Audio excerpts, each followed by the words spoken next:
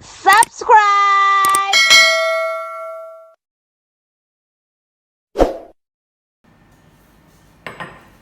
Halo, Assalamualaikum warahmatullahi wabarakatuh. Bertemu lagi dengan saya Dudi Firmansyah, dosen Sekolah Vokasi Institut Pertanian Bogor. Oke, saya ada di program studi Teknologi dan Manajemen Ternak.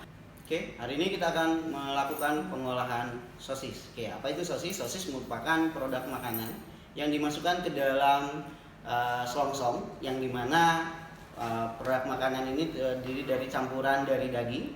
Kemudian ada penambahan atau tanpa penambahan bahan makanan yang diizinkan.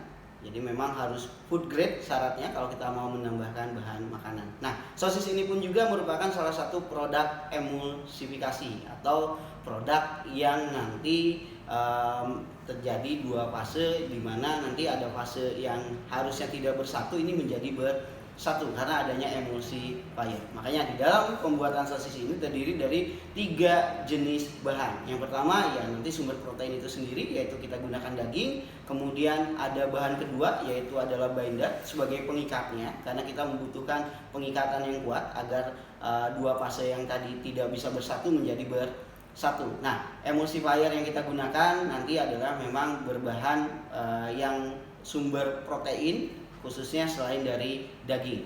Oke, bisa dari susu skim, kemudian isolat soy protein ataupun juga yang lainnya. Kemudian jenis bahan yang ketiga yang kita gunakan adalah yang namanya filler atau bahan pengisi. Nah, ini bahan pengisi ini berasal dari jenis pati-patian dan kemudian boleh digunakan atau boleh tidak. Yang berikutnya adalah perasa. Nah, untuk perasa ini biasanya disesuaikan di daerah masing-masing. Oke, dimana lidah yang terbiasa rasanya seperti apa, sehingga nanti untuk cita rasa ini boleh digunakan seperti apa. Kalau di Indonesia biasanya akan lebih beragam cita rasanya. Kenapa? Karena di kita banyak terkait dengan sumber rempah-rempah.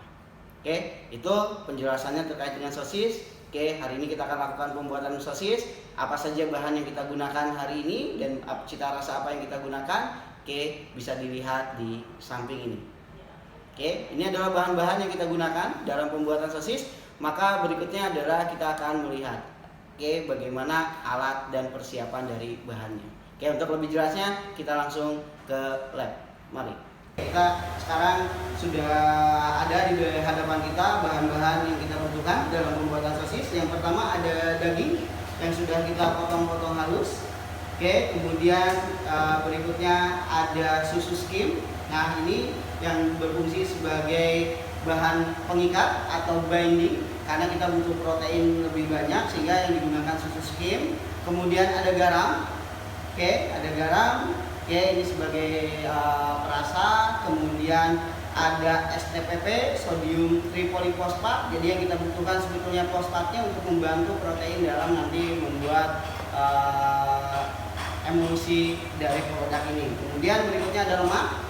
Nah, ini kita tambahkan lemak. Oke, sehingga untuk dalam emulsi ini lemak dan air ini bisa bergabung. Makanya tadi kita butuh pengikatnya. Kemudian ada bahan pengisi atau kita sebut sebagai filler.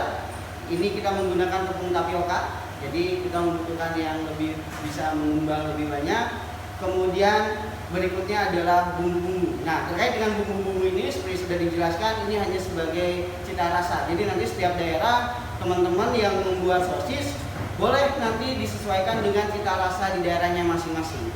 Sehingga penggunaan bahan ini khususnya adalah rempah-rempah ini boleh disesuaikan. Oke, ini adalah bahan-bahannya. Kemudian kita butuh juga yang namanya es batu. Nah, es batu ini fungsinya adalah selain nanti melarutkan dari bahan, juga untuk mempertahankan dingin pada saat proses penggilingan. Karena layaknya suatu bahan, kalau ada dua bahan dia saling bergesekan, maka akan muncul panas. Nah, panas ini adalah salah satu yang dapat merusak protein. Di dalam produk emulsi kita mengharapkan bahwa protein ini tetap terjaga baik. Nah, pada saat proses penggilingan, pada saat terjadi gesekan, gimana caranya kita harus meredam yang namanya panas.